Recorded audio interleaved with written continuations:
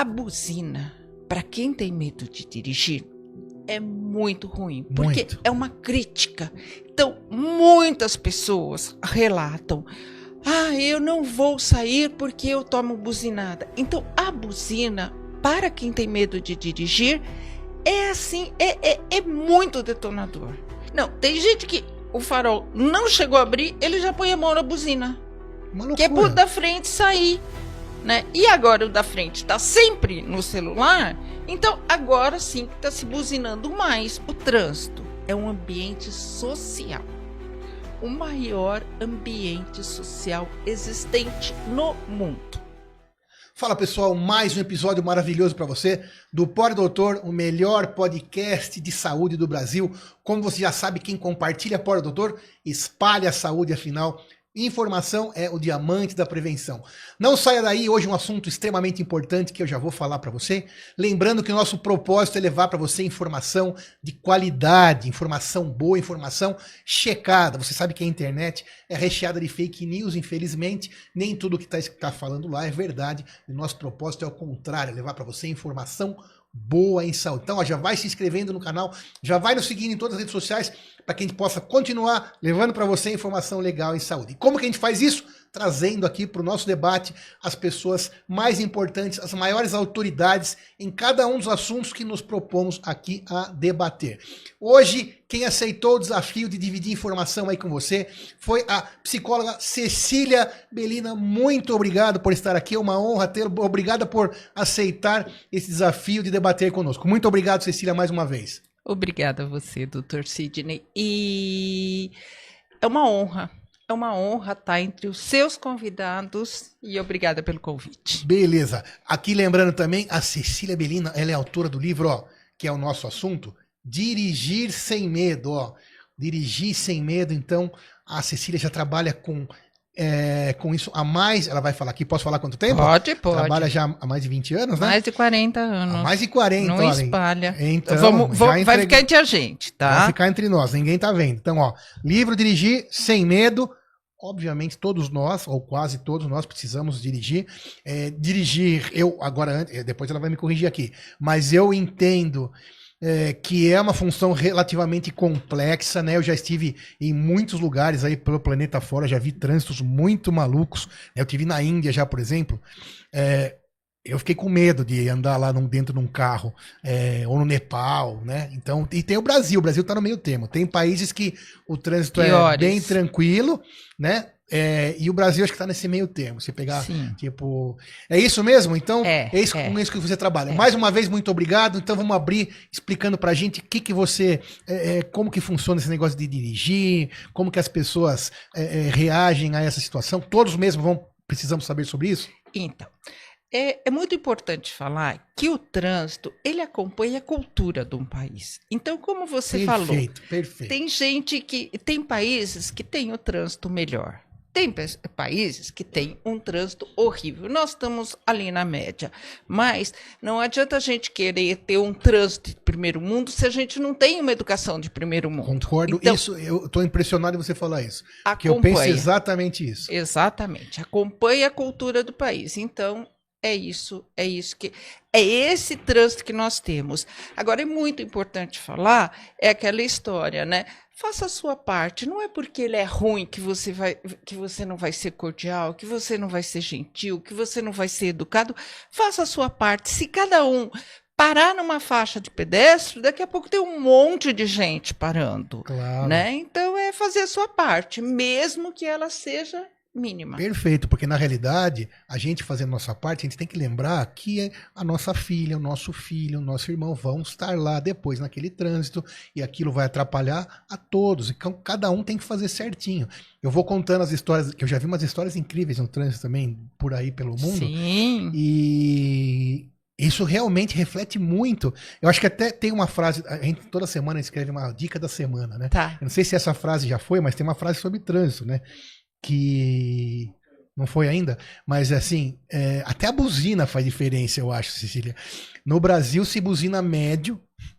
Não sei quem já teve a oportunidade de ir, por exemplo, pro Egito ou pra Índia, Buzina o tranco. Não, é uma loucura. Eles parece que dirigem, não é com o volante, é com a buzina. Sim, né? E em países altamente civilizados, estamos falando fatos, tá bom? Não tô puxando a sardinha pra ninguém, puxando o saco de ninguém. Mas na Europa, por exemplo, não se dirige buzinando.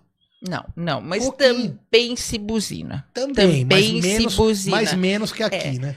Para as minhas clientes ou os meus clientes, eu falo muito minhas. Por quê? Porque no medo de dirigir, eu tenho 85% mulheres e 15% homens. Então, quando eu falo minhas, não se assuste, é porque é a maioria, mas temos sim. Na prática, pronto. Cuidamos de homem, tá?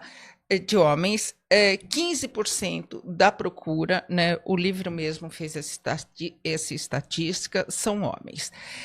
A buzina, para quem tem medo de dirigir, é muito ruim, porque é uma crítica. Então, muitas pessoas relatam: eu não vou sair porque eu tomo buzinada. Então, a buzina, para quem tem medo de dirigir, é assim, é muito detonador. Até porque ela não é feita para isso, né? Não. A buzina é feita para chamar atenção. Uma chamada de atenção, mas num momento específico. Isso, exatamente. Né? Não é para você buzinar para quem... A buzina, ela bem usada, ela até é um equipamento de segurança. Claro, né? Evitar O cara acidentes. tá dando uma charré, às vezes ele não tá nem percebendo, você dá uma buzinadinha, às vezes para agradecer, uma gentileza, às vezes para buzinar, chamar a atenção de um pedestre, olha, cuidado, tal e coisa. Mas ela é preventiva, ela não é para ser usada como agressiva. Exatamente, não é um xingamento, não é para ser um xingamento. E é uma coisa que a gente vai evoluindo, a gente vai entendendo com muita perfeição. A buzina não é um xingamento, como é usada aqui como se fosse um xingamento. A pessoa já buzina e já... Advertência. Não, tem gente que o farol não chegou a abrir, ele já põe a mão na buzina. Uma loucura. Que é pro da frente sair. Né? E agora o da frente está sempre no celular, então agora sim que está se buzinando mais, porque esse negócio de celular grave. Era grave quando a gente falava no celular, era muito grave, porque diferente de que todo mundo fala, o cérebro não faz duas coisas ao mesmo tempo. Sem dúvida. Tá? Você... médico sabe disso. Ele faz uma e logo em seguida ele faz outra, ele volta para uma. Mulher pensa aqui, volta para cá, pensa aqui, mas ela não pensa duas coisas ao mesmo rápido, tempo. Né? Uma coisa única. Então, se a pessoa está resolvendo uma coisa no celular, ok, mas era falado. Antigamente era falado, então você estava falando e queira ou não queira, você estava olhando para frente. E agora que você não está mais olhando para frente, você está digitando, você está lendo, você está... Só piorou, doutor Sidney. A coisa está indo de mal a pior com essa história de celular. E ninguém dá prioridade ao trânsito. Todo mundo está dando prioridade ao celular. E tudo isso vai transformando o ambiente que é o teu motivo de trabalho num ambiente hostil. Agressivo, ruim. Que, como eu disse, nesses países que eu visitei, é um absurdo, porque além de que, que mais, né, você tem? Aí moto. Na Índia não tem faixa de pedestre, por exemplo. As pessoas vão atravessando. Gato, vaca. Ela vai costurando. Vai costurando. Então aqui tem moto, tem pedestre, tem o vendedor. Eu estou falando de São Paulo, para quem está ouvindo, lógico, mas tem outras cidades no Brasil também que o trânsito é pesado. Até uma parte que eu vou fazer.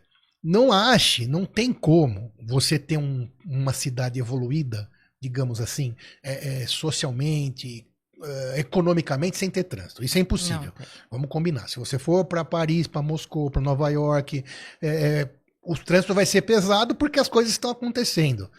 Né? Então, o trânsito é carregado mesmo em lugares que são lugares de excelência para trabalhar, para estudar, etc. Então, esse é um ponto. Então, a Sicília é muito importante por isso. Porque, como eu disse, a gente tem que participar do trânsito. Né? No Brasil, os outros transportes, por outros motivos que a gente teria 20 podcasts aqui para falar, não funcionam. Porque eu já vi também, às vezes, uma pessoa... Às vezes um brasileiro que foi morar fora e voltou a falar que não, aqui as pessoas têm preconceito de usar metrô. Não é nada disso. Só que onde nós estamos aqui agora, daria para vir de metrô? Não. Não, porque Seria uma caminhada longe, exato. né? Agora bem... é fácil falar isso, o cidadão que morou em Nova York, que morou em Tóquio, morou em Paris ou que Moscou, tem que tem estação 600 estações na cidade, não 70. Então a gente foi programado, tem aquela história também do antigo presidente que tirou todos os trens, eu não sei até quando isso é verdade, porque apesar de estar no livro, né, que fez acordos com as montadoras e aqui não vai ter trem, vai ter carro. E aí virou isso. Virou isso? Virou isso. E aí a Cecília... São Paulo tá quase travando. Um caos, um caos. Um caos. E aí entra essa questão que você falou da educação, que reflete totalmente a cultura do país no trânsito, e um quer matar o outro. Eu já, às vezes, né? Eu dirijo, logicamente, mas às vezes que você precisa pegar um táxi, por exemplo. Eu já tive que pedir e falar, calma. Nós não estamos numa corrida. A gente vai chegar. Não, mas não. Muito calma, comum. Muito calma. E tudo isso que gera o teu paciente. Posso chamar de paciente? Cliente, aluno, paciente, tanto faz. Seu aluno.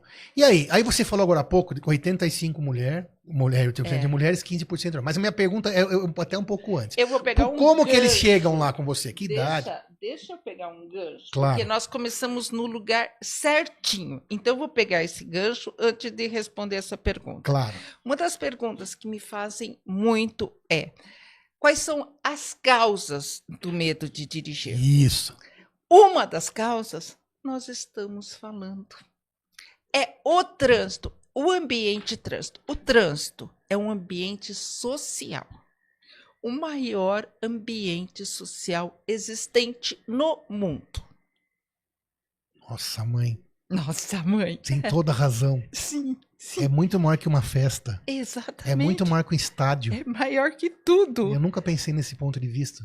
Muito boa a tua colocação. Exatamente. E aí, por causa disso tudo que a gente falou, a pessoa mais delicada, mais ansiosa, mais perfeccionista, mais cuidadosa, ela fica com medo de se comportar nesta loucura que é o trânsito. Então, um dos medos é isso, porque ela vê que o trânsito é um ambiente muito hostil. E eu posso dizer que a maioria das pessoas, é isso que você falou? Acho que eu posso, né? Pode. A maioria das pessoas é calma, ela é respeitosa, é disciplinada, é educada. É certo isso? Sim, sim. Então, aí elas caem, a minoria que causa esse caos...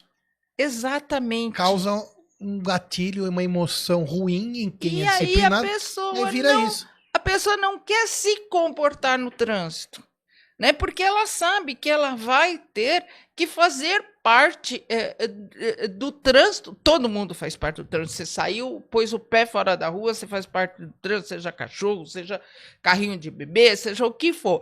Mas ela vai fazer parte desse trânsito motorizada. É diferente de você estar a pé, né? Então, essa é uma das causas. Por isso que eu queria pegar esse gancho, mas continua.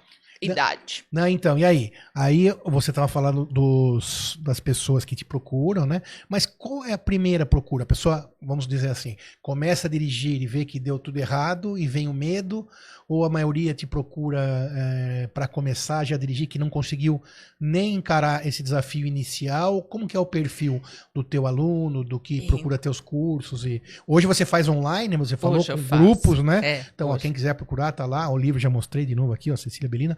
Mas procura a Cecília no Instagram, tá no Instagram, em todas as redes sociais. Todas as redes sociais. E por lá já te conseguem... Cecília Bellina, psicóloga, tô lá. Mas volta, quem é teu público mais... Então, isso mudou muito.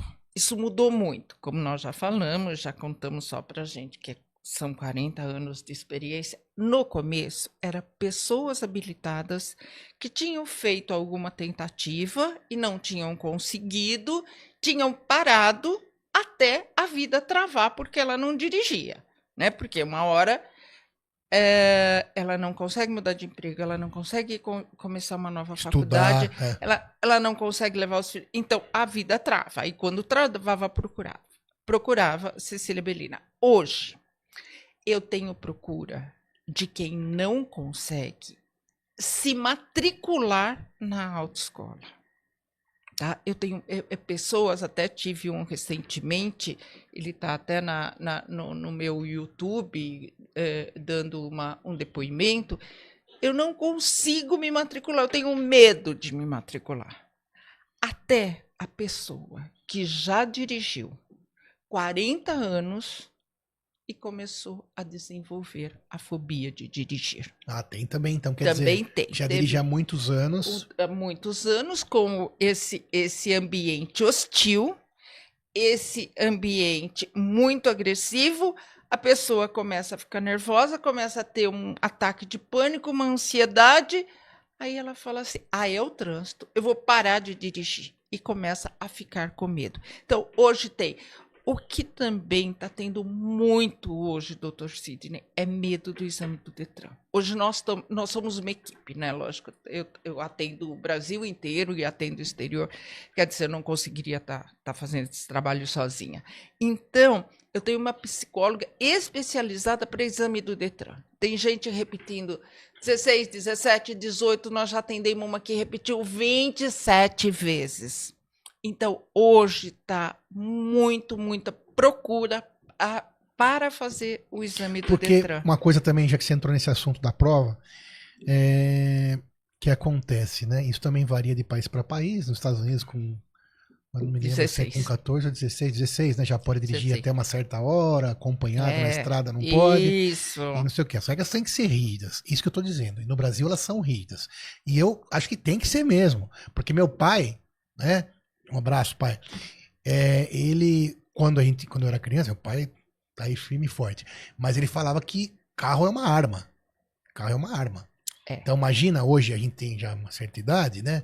Que com 18 anos a sua maturidade é minúscula.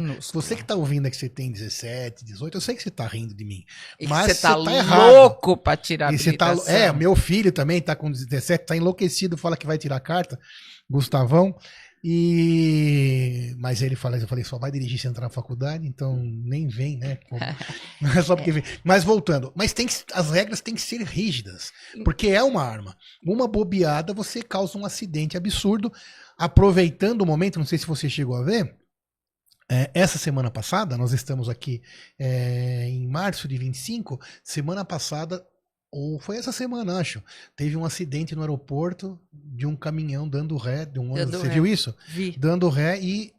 No aeroporto. No aeroporto, que é um ambiente de trânsito, né, de avião no caso, mas dentro do aeroporto, dando ré, matou um funcionário. Super controlado, um ambiente super controlado, profissionais, super sinalizado, profissionais treinados. E aconteceu um acidente fatal. Então, para dirigir, a regra tem que ser rígida, isso eu concordo. A regra tem que ser rígida, doutor Sidney, mas também teria que haver a punição. Claro, né? Sem dúvida. Porque sem dúvida. O nosso melhor código, que a regra é a punição, óbvio. O nosso código, ele é muito bom. Sim, só que passa um pano, né? Exatamente. Né? Inclusive, eu fiz parte da correção do código, né? Fiz parte desse colegiado, mas as regras não são aplicadas. Quando elas são aplicadas, elas não são cumpridas. Isso. Né? É só multa, só se fala de multa, não. Tem muita coisa para se fazer aí, né? Então, é isso. O nosso trânsito é o resultado disso tudo. Concordo plenamente. E vamos falar um pouquinho dessa questão das punições. Eu concordo também que a multa é uma puniçãozinha que aí, na verdade, acaba virando a tal da indústria da multa, que com certeza faz parte. Imagina que multa fazer parte do orçamento de um Estado. É um absurdo. Uma loucura plena, né? Uma loucura plena. Agora, também num país sério, não é que o Brasil não seja sério, assim, o Brasil é mais difícil, né? Tudo aqui é difícil, né? Não vamos generalizar, tem muita coisa que funciona bem, mas muitas coisas não. Mas num país diferente, se você cometer uma infração de trânsito, você tá frito. Então. Você realmente vai estar frito. Aqui tem sempre um jeitinho. Você tocou nesse assunto, eu vou falar uma coisa que poucas pessoas sabem, né? A nossa instituição, a autoescola, o que acontece? outra causa do medo. Então, a gente primeiro entra no assunto, depois a gente vai tirando as causas. Poxa, nunca foi tão legal fazer uma conversa, né?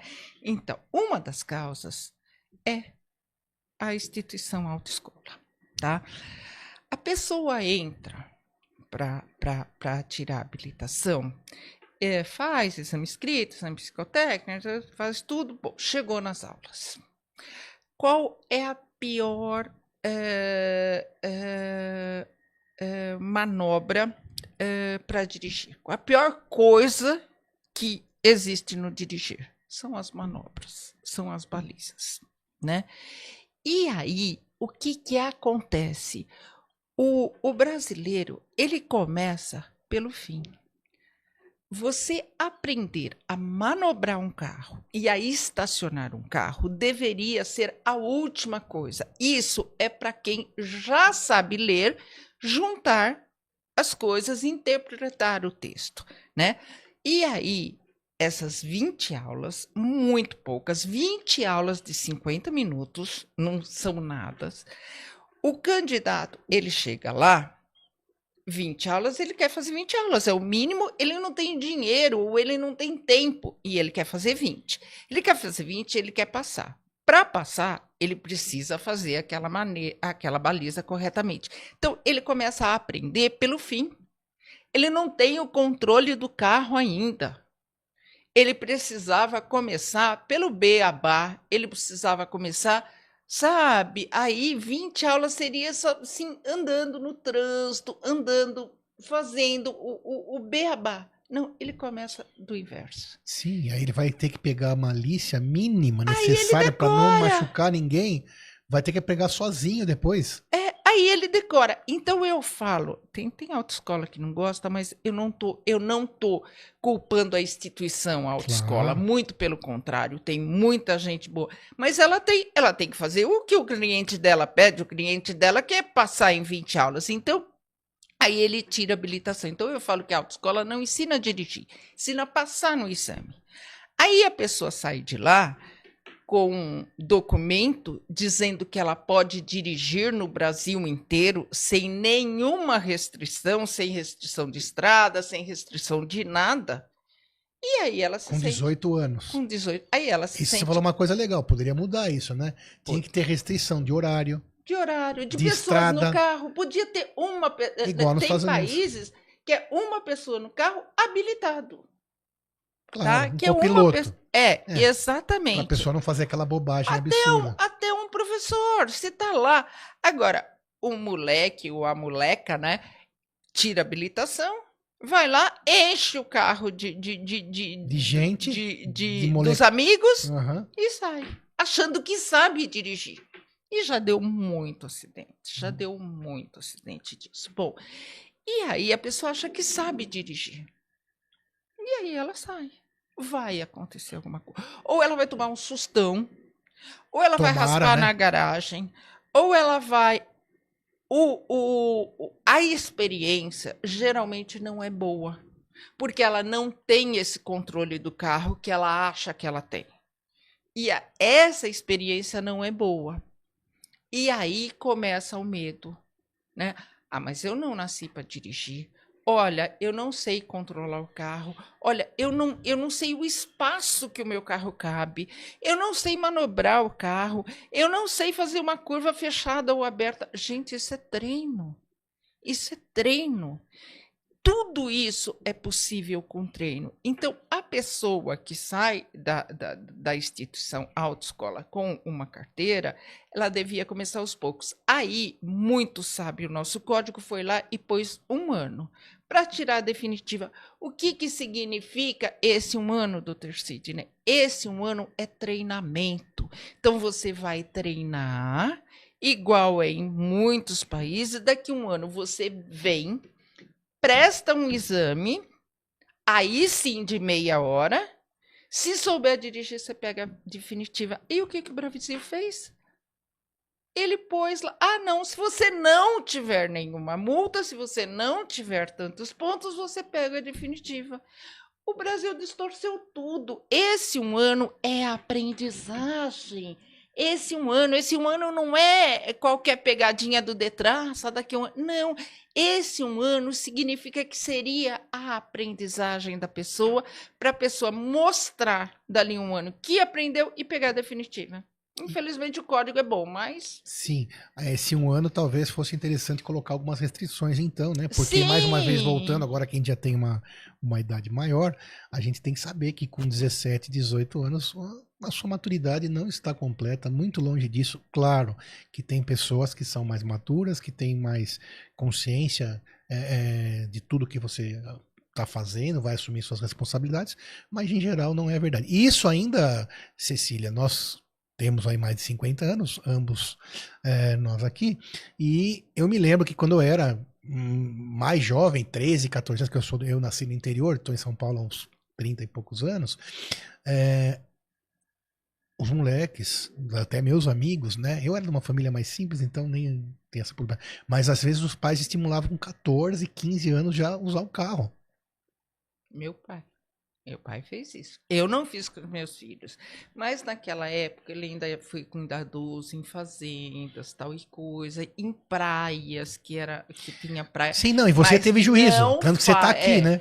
Não faça isso. Meu pai não teve juízo, aprender a dirigir com ele, era um mas não era culpa motorista. Dele. Ele tinha juízo, é que ele não tinha ainda informação. Informação do quanto é igual os pais antes davam pro filho acender um cigarro. Exatamente. Né? Parecia bom. Experimentar bebida. Experimentar bebida na chupeta. Bebida. Molhava a chupeta na caipirinha. Loucura! Né? No palito de sorvete, isso era natural. Aonde saía a criança? No colo da mãe, na frente. A mãe segurando a criança. Eu tinha um tio que tinha hoje a gente vê isso. Eu tinha uma tio que tinha uma Caravan, que tinha aquele chiqueirinho da Caravan antiga, né? Não sei. Bem grandão, e todos os primos, 5 ou 6 primos ali, tudo amassado. Isso! Na Brasília. Exatamente. Quem tá assistindo hoje nem entende. Até no Fusca, que tinha um chiqueirinho bem pequenininho. E a gente lá. Criança, geralmente. Sim. E foram muitos acidentes. Só que ninguém fala. Muitos acidentes. E claro, tudo isso parece chato, né, Cecília? Quando você fala, quando veio a regra do cinto de segurança. Eu confesso, eu tinha... Isso aí, eu devia ter uns 20 anos. Eu confesso que eu achei chato.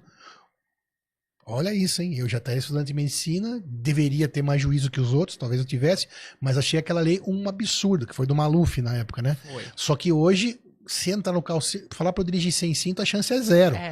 Né? Você já entra falando pro seu filho colocar.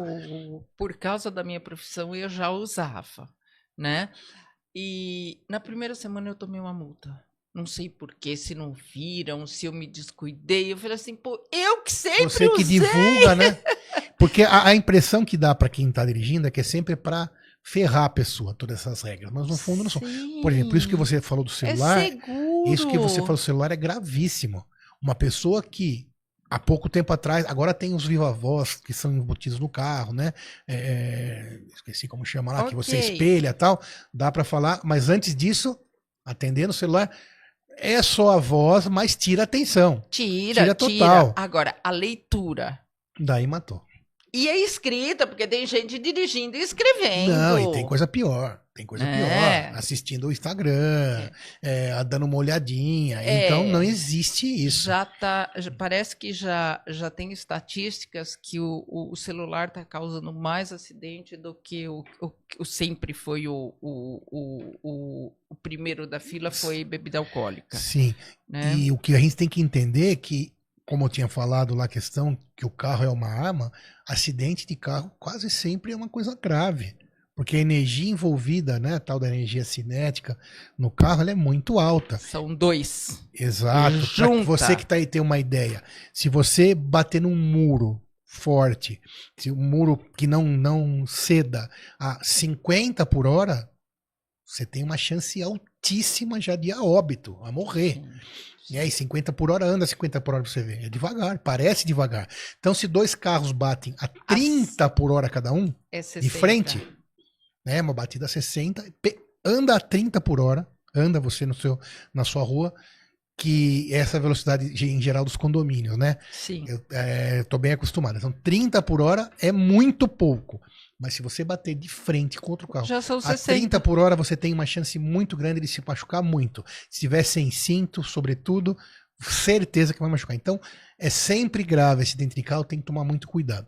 Criança, cadeirinha, tudo isso faz parte lá também do teu roteiro? Faz. Tudo isso eu tomo cuidado. Por exemplo, se eu estou tratando uma pessoa que tem filho pequeno, primeiro que enquanto tiver em treinamento não é para pôr filho pequeno em carro, tá? A criança, ela é muito mais delicada do que um adulto. Então, tá treinando, os primeiros meses não é para pôr filho. Ah, mas eu boto na cadeira. Nem na cadeirinha. Deixa a criança com a vizinha, deixa a criança Mas não é, tá treinando ainda. Seria aquele primeiro ano, né? Então, não é para pôr filho.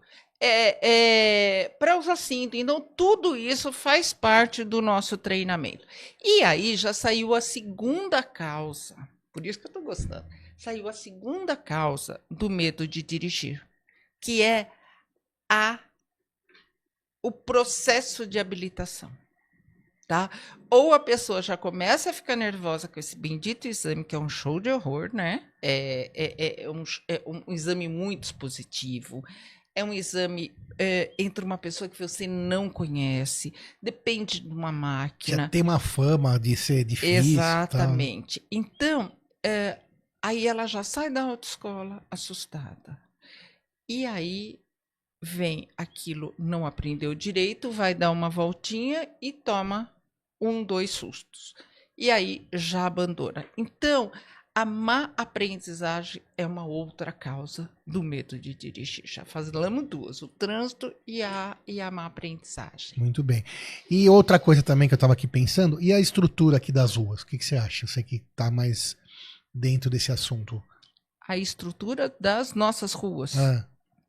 Péssima. Sem comentários, né? Sem comentário. Parece que engenheiro de trânsito não existe. Não, o asfalto aqui é feito para durar pouco, né? Isso que acontece até aproveitar. Isso. Nem vamos entrar nesse assunto, mas é isso. Mas uma coisa que eu fico muito triste, né?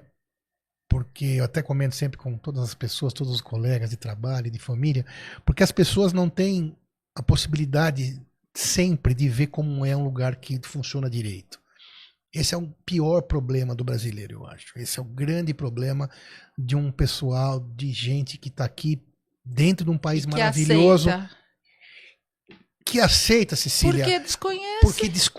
Porque desconhece. Porque quando você vai num país decente, as ruas são normais. O direito dele. Agora, um buraco não causa acidente? É lógico que causa. E causa pânico também, causa ansiedade também. Isso que eu ia falar. Então, buraco, má sinalização, falta de luz, o farol que nunca está funcionando. Exatamente. Entendeu? Em geral, gente, num país normal, raramente vai ter um buraco. Numa estrada, zero chance de ter um buraco. Se tiver um buraco numa estrada nos Estados Unidos, ela vai ser interditada imediatamente e vai ser consertado com asfalto que dura anos, não meses. Então, tudo isso a gente precisa saber para a gente poder saber cobrar também os nossos funcionários públicos. Porque eles são os nossos funcionários. Exatamente. Eles não são donos do cargo deles. Nós somos os donos dos cargos deles. Então eles têm que asfaltar a rua direita, têm que cobrir os buracos da cidade inteira com o nosso valor, com o nosso imposto que vem do nosso. E isso acho que qualquer lado acredita e aceita isso, né? Que o Estado está lá para isso. Já que se prontificou a atender, que faça isso e traga segurança pra gente. Exatamente. Porque o buraco é um perigo absoluto, entre outras coisas. A pessoa não sente segurança, né? Então a pessoa, ela tira a habilitação, né? Ela tem esse trânsito que a gente já falou que não é um ambiente social que dá vontade de ir, né? É um ambiente muito, muito hostil, muito agressivo. E aí fica muito fácil. Quando a gente sente medo de uma coisa, o que a gente faz? A gente foge. Evita, né? Então ela sentiu medo. O medo, ele é muito ruim de sentir, né? Mas o medo, ele é uma emoção boa. Por que uma emoção boa? Porque ele está para proteger a minha vida. Então, quando eu vou subir numa escada, aquela escadinha de 3 degraus para trocar lâmpada, o que eu faço? Será que ela tá firme? É o medo que faz eu fazer isso. Eu vou subir num banquinho, eu vou atravessar uma rua, eu olho dos dois lados. É o medo que me protege. Eu falo que muitas vezes ele é o nosso anjo da guarda, ele tá ali. Quando ele se excede, ele muda o nome para fobia, tá? Então, aí, não é que você balança a escadinha, você não sobe. Você balança, olha... Ah, não, eu vou ficar sem luz mesmo. Então, você não... Então, ele começa... Tá certo que trocar uma lâmpada é um comportamento muito pequenininho. Não. Mas... Não. Exatamente. Trabalha em altura acima de 2 metros, cai e fica paraplégico. Exatamente. É complicado também. Faz parte das fobias, sim. Mas aí as pessoas ainda não se sentem tão paralisadas. Mas ela começa a parar de subir numa escada. Ela para de começar a sair sozinha na rua. Para de dirigir. Então, aí muda o nome. De medo para fobia ou medo patológico.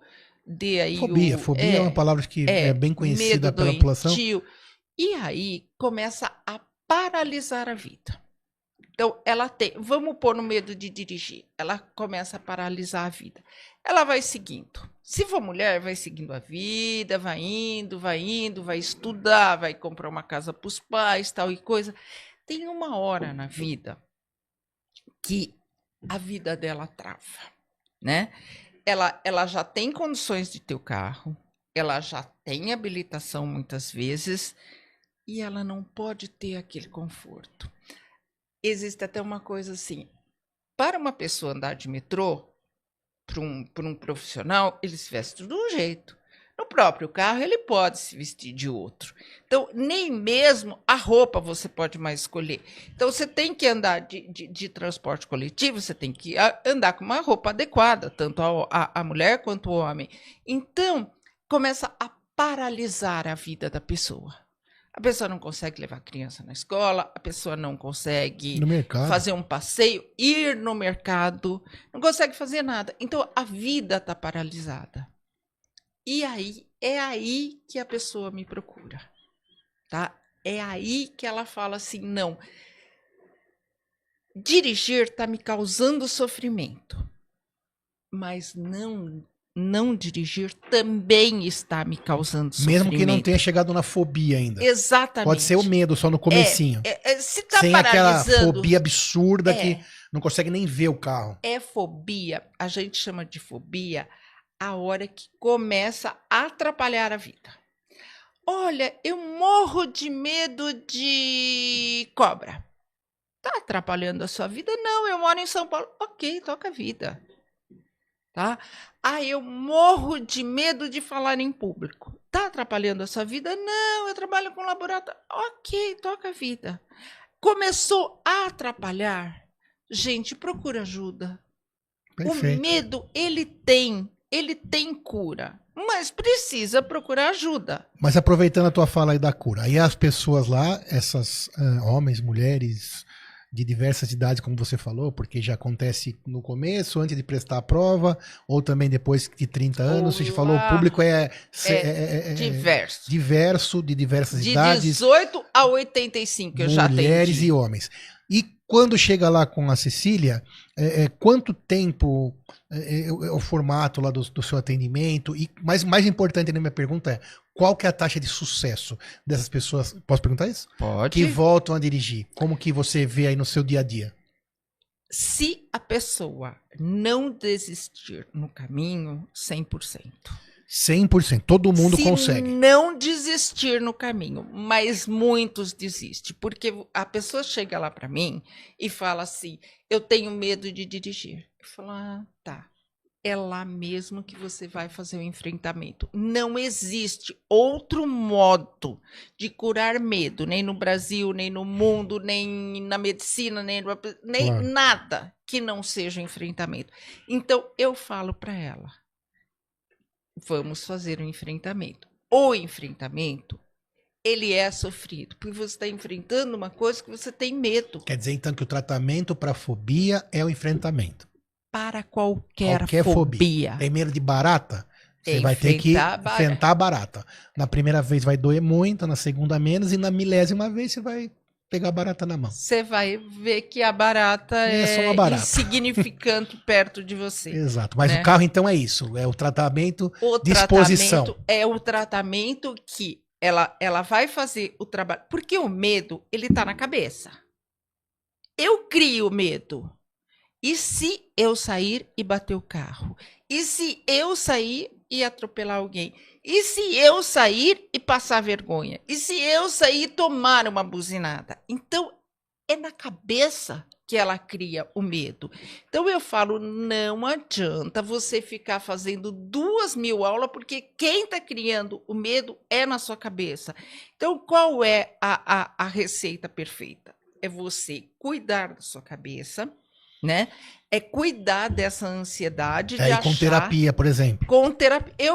Para o medo de dirigir... Aliás, eu sou fã de terapia de grupo. Eu gosto de terapia de grupo para qualquer coisa. Mas para o medo de dirigir, dá muito certo. Eu vou te falar por quê. O medo de dirigir, ele é incompreendido pelo outro. Tá? O marido não compreende por que uma pessoa tem carta, tem carro, não sente e não dirige. A mãe não compreende, o filho não compreende, o chefe, então... Então, igual não compreende nenhuma fobia. Nenhuma fobia. Ela tem medo de altura, tipo, não quer ir na altura, num brinquedo. De avião, até a turma começa a compreender, viu, doutor Sidney? Agora, a de carro, ninguém... senta lá e dirige. Então, essa pessoa... Só quem tá doente sabe, né? Ela se sente sozinha. Totalmente. Quando ela se vê num grupo... Poxa, eu não sou sozinha. Já tira o estigma, né? Já tira o estigma. Legal. E aí ela consegue falar sobre o medo. E ela consegue escutar. Os insights, o insight de uma ajuda a outra. O insight da outra ajuda uma. Então, aí começa o tratamento de grupo. Né? Em grupo. Começa o tratamento em grupo, tá? Online, Brasil inteiro, por causa do livro, por causa da exposição na mídia, eu acabo tendo pessoas do Brasil inteiro e até do exterior. E poderia ser presencial também, tanto faz. E aí, o que acontece? Neste grupo, que se reúne uma vez por semana, a psicóloga que coordena o grupo dá uma tarefa para cada uma. Então, a exposição acontece com ela e com o carro dela. É lógico que tem tarefa que é senta no carro e escuta uma música. Tem tarefa que é vai no supermercado. Então, conforme a pessoa vai se desenvolvendo, então ela perde o medo do carro, ela perde o medo do condomínio dela, ela perde o medo da rua dela, ela perde o medo do bairro dela, ela perde o medo de 3 bairros, até que ela perde o medo total. Até que a gente consegue, com tarefinha em tarefinha, ela vai... na rua eu já não tenho medo. Cecília, isso é muito babaca, dar uma volta no quarteirão. Opa, a hora que ela fala que é muito babaca, eu vou ir ao meio. Tá funcionando. Vai. Até ela pôr o carro na vida. E o grupo ajuda muito. Por quê? Porque uma conseguiu fazer a tarefa, a outra fala, pera um pouquinho, ela conseguiu, eu consigo também. Então, o grupo, ele é perfeito. Ele é muito mais eficiente do que a terapia individual. E hoje você atende o Brasil inteiro e qualquer pessoa que precisar do trabalho da doutora Cecília, ou da Cecília, da psicóloga Cecília, é só procurar nas redes sociais e se inscrever. Se é que tem vaga, porque não deve nem ter vaga mais, porque ela é muito especial. Tem horário que ela é muito especial. Então, mas tem uma esperinha mais... Agora, só que você não respondeu. Aí, agora, tem pessoas que desistem, então, às vezes. Tem, por causa do enfrentamento. Não quer começar. Porque se ela enfrentar, ela vai conseguir. Né? Ela vai conseguir. Porque isso é importante. Qualquer medo. Você tem medo de elevador, tem medo de avião, tem medo de barata. O enfrentamento é o tratamento que está no livro, gente, psiquiatricamente. Exatamente. O enfrentamento, a exposição. Cientificamente, mais do que comprovado. É óbvio que tem que ter o bom senso. Tem o medo de ladrão, não vai se expor, né? Tem que ter o bom senso. Tem o medo de cirurgia, não vai se expor uma cirurgia. Justo. Mas de quase das fobias em geral, de altura. Lógico que se você tem medo de altura e você não vai trabalhar com altura, não precisa tirar seu medo de altura e ficar lá se expondo para doer. Mas de carro, como a Cecília falou no começo aqui da nossa conversa, aqui, isso eu achei incrível, que é o espaço social, o maior espaço social da história. Exatamente. E porque é incrível, a vida muita de gente, todo mundo né? Tá no trânsito. O tempo você todo. Você pôs o pé fora da tua nele. casa, você tá no trânsito. Mesmo a pé, né? Mesmo sem estar de carro. Aí, voltando a essa pergunta, a pessoa na exposição, então ela não conseguiu ir no supermercado, ela já falta no grupo. Porque a gente tem muitas pessoas perfeccionistas, cuidadosas, muitas pessoas que não gostam de errar, né? E o trânsito, ele é muito expositivo, ele expõe a pessoa ao erro. E aí ela desiste. Então, essa pessoa que desistiu, não é que ela não conseguiria, naquele que momento. Ela não conseguiu sofrer. Naquele momento. Porque a primeira ida no supermercado é muito sofrida. Eu brinco com elas, eu falo assim, se o quilo de açúcar custar R$50, vocês compram, porque vocês estão tão focadas no carro, tão focada no carro. E eu faço, descer, chegar no supermercado, descer, estacionar, comprar alguma coisa, voltar, né? Porque tudo faz parte do enfrentamento. Não é dar tchau pro supermercado, eu já cheguei, vou lá, põe o carro na... Não. É todo Então, se a pessoa não desistir, é 50%, é 100% de cura. Tá. E as que desistiram também, a qualquer momento que elas mudarem Podem de ideia... voltar. Voltam muito, viu? Voltam muito. Porque o carro acaba sendo um conforto importante, ainda mais que numa cidade grande as coisas vão ficando cada vez mais longe, né? Desde que você... esteja num contexto que você aprendeu a dirigir direitinho, respeita as regras, vai ser tudo bem, vai ser tudo bem. Agora, aí tem todos esses pânicos, né? Que é da aula, dos enfrentamentos dos acidentes, da buzina. Exatamente. Mas todo mundo tá nesse barco e tá aí a Cecília para para lhes ajudar nessas situações. Você aí que é homem, mulher, qualquer idade. Com certeza será habilitado possível. Habilitado ou não. Contanto que esteja aí com alguma trava. E hoje, doutor Sidney, a gente já tem de tudo, né? Porque a pessoa faz grupo de medo de dirigir, depois ela quer cuidar da ansiedade, aí a gente tem um grupo de ansiedade, depois ela quer cuidar de emagrecimento, a gente já tem grupo de tudo. Aí já faz o pacote completo. O Instituto Belina, né? Leva meu sobrenome, né? Então, o Instituto Belina, ele já cuida, é um instituto de psicologia online. Sensacional. Muito sério. Já faz aí o 360 na pessoa. Já cuida, porque também existe uma coisa importante que você falou agora, que eu tô aqui pensando. Quem é mais propenso a entrar nessa situação de fobia são as pessoas que têm já uma pitadinha de ansiedade exagerada, né? Um estressinho que está um pouquinho acima do limite. A fobia faz parte dos transtornos de ansiedade. Exato. A fobia específica, ela está debaixo do transtorno de ansiedade. Então, a pessoa... não, eu só tenho uma fobia do carro, eu não tenho transtorno. Gente, para quem não sabe, transtorno é o nome da doença psicológica, tá? Então, eu não tenho doença nenhuma, não, eu só tenho medo de carro. Desculpa te falar, mas você tem um transtorno de ansiedade com o nome de fobia específica. A fobia específica é carro. Tratável e curável. Tratável e curável. Só não pode desistir. Exatamente. Tratável e curável de maneira... que está na sua mão, vai dar trabalho, como tudo dá trabalho, mas é totalmente curável. Sim. Cecília, aprendi muito aqui, muito obrigado por esse bate-papo incrível. Ainda, não. Então, a Cecília, sempre que é bom, parece que acaba rápido, mas falou um tempão. Livro da Cecília, Dirigir Sem Medo para Todo Mundo, para você poder entrar, então, nesse ambiente social, como disse a Cecília. Leia o livro, procure a Cecília para fazer os cursos, as terapias, que você não vai se arrepender, para todas as idades e tudo mais. Além de tudo que você já deixou, já dividiu com a gente, gostaria que você deixasse uma mensagem final, alguma coisa para fechar aí essa sua explicação toda, que foi sensacional. Então, eu quero falar para as pessoas que têm medo, para não deixar o medo limitar a tua vida, atrapalhar a tua vida, ou seja, definir a sua vida, tá? Você é muito maior do que o medo.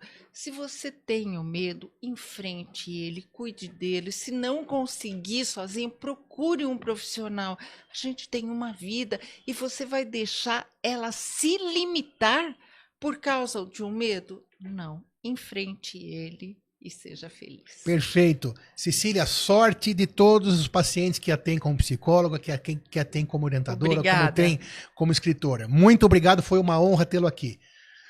Compartilhe, espalhe saúde e informação, diamantes da prevenção. Até o próximo Pode Doutor. Um abraço do Dr. Sidney para vocês. Mais uma vez, obrigado, Cecília, obrigado, pessoal do estúdio. Convite. E obrigado principalmente a você. Fiquem bem todos. Até o próximo.